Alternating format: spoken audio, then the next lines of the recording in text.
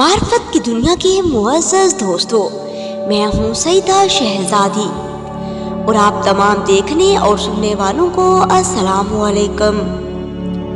ناظرین گرامی، آج کی اس چھوٹی سی ویڈیو میں اس بی بی کا تذکرہ کرنے جا رہی ہوں جس بی بی کے نوکروں کے خیموں کے رستے سونے اور چاندی کے ہوتے تھے۔ آپ نے تاریخ میں بڑے بڑے بادشاہ دیکھے ہوں گے، لیکن تاریخ میں کوئی ایسا بادشاہ اتنا امیر نہیں گزرا کہ اس کی شادی پر سونے اور چاندی کے برتنوں میں لوگوں کو کھانا دیا گیا ہو اور بعد میں لوگوں سے کہا گیا ہو کہ یہ برتن ہم نہیں رکھتے، بلکہ ہمارے نبی صلی اللہ علیہ وآلہ وسلم کے صدقے میں یہ برتن آپ لے جائیں۔ یہ بی بی کوئی عام مستور نہیں، بلکہ بی بی خدیجہ الکبریٰ ہے۔ ہزاروں اونٹ جن کے تجارت کیا کرتے تھے، جن کا پہلا مال لے کر پیغمبر خدا صلی اللہ علیہ وآلہ وسلم مکے سے باہر گئے تھے۔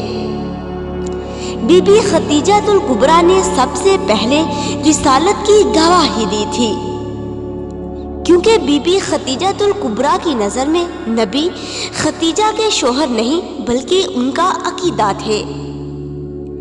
زندگی میں کچھ ایسی مصیبتیں بھی آئیں کہ جن کا مقابلہ بی بی خدیجہ الکبریٰ کے علاوہ کوئی ازواج پیغمبر نہیں کر سکتی تھی۔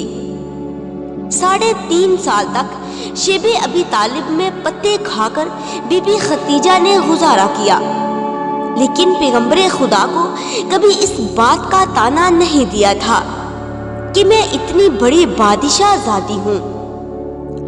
پورے عرب میں آپ کی دولت کے چرچے مشہور تھے، جیسا کہ پیغمبر خدا صلی اللہ علیہ وآلہ وسلم بھی یہ فرماتے نظر آئے کہ مجھے کسی کی دولت نے اتنا فائدہ نہیں پہنچایا جتنا مجھے خدیجہ کے مال نے فائدہ پہنچایا۔ پورا عرب آپ کا مکروز تھا۔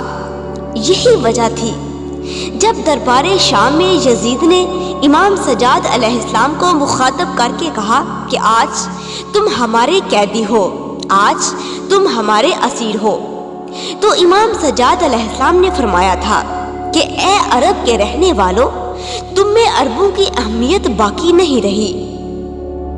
یزید نے پوچھا کس طرح؟ فرمایا اسی طرح کہ ہماری دادی خدیجہ الکبریٰ کی دولت تمہاری رگوں میں خون بند کر گردش کر رہی ہے۔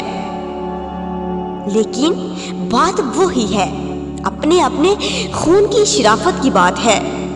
جنہیں ہم نے رزق عطا کیا، آج اگر وہ خود نمک حرامی پر نکل آئے تو اس میں ہمارے دینے کا کوئی قصور نہیں ہے۔ بی بی خدیجہ الکبریٰ کی نسل سے امامت چلی، اس لیے آپ کو ام الائمہ بھی کہا جاتا ہے۔ اسلام کی یہ عظیم خاتون 10 ماہ رمضان کو وفات پا گئی۔ پیغمبر خدا صلی اللہ علیہ وآلہ وسلم نے آپ کا جنازہ پڑھایا اور اس سال کو غموں کا سال قرار دیا۔ اللہم صلی علی محمد وآل محمد وعجل فرجہم اجمعین۔